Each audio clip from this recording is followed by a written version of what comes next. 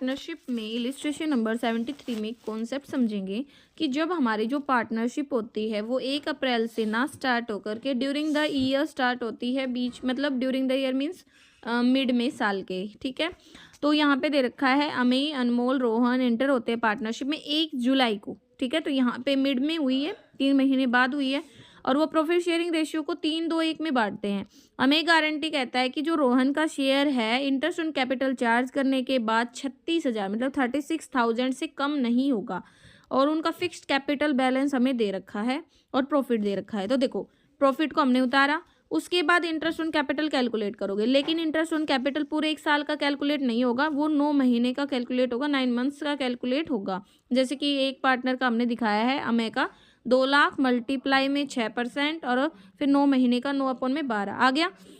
इसके बाद 1/38 से ये जो इंटरेस्ट ऑन कैपिटल ये हम लेस करेंगे, जो भी प्रॉफिट का बैलेंस बचेगा उसको हम बांटेंगे 3-2-1 में।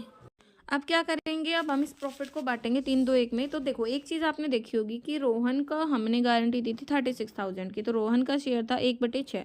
तो हमने ना जैसे ही हमारे टोटल प्रॉफिट था उससे हमने क्या किया, इंटरेस्ट ऑन कैपिटल को माइनस किया, और फिर उस प्रॉफिट को हमने जैसे ही रोहन को दिया तो वो आया 20,000। लेकिन हम 20,000 आया, लेकिन हमने उसको गारंटी दी थी 36,000 की, तो मतलब 16,000 की कमी रहती है। लेकिन एक चीज़ आपको यहाँ पे याद रखनी है कि ये जो गारंटी दी थी ये पूरे पर एनम मतलब पूरे 1 ईयर के लिए थी, पर एनम वर्ड लगा हुआ है।